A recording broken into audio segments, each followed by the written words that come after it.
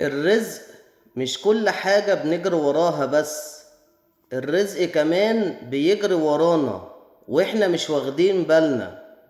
ساعات بنبص في ايد غيرنا وننسى اللي في ايدينا، مع ان كل مرة او كل واحد فينا واخد نصيبه كامل مكمل من غير زيادة ولا نقصان.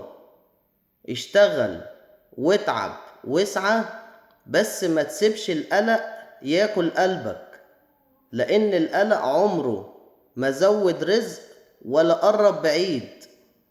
ربنا بيأخر الرزق مش علشان يمنعه، لأ، لكن علشان بيجي في وقته الصح وبالشكل الصح. يمكن الحاجة اللي نفسك فيها دلوقتي لو جت بدري كانت تتعبك شوية، وربنا أحن من إنه يشيلك فوق طاقتك.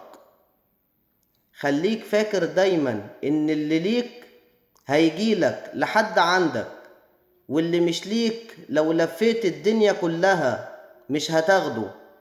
اطمن، ربنا كريم وبيفتح الأبواب في الوقت اللي احنا بنفتكر فيه إنها اتقفلت.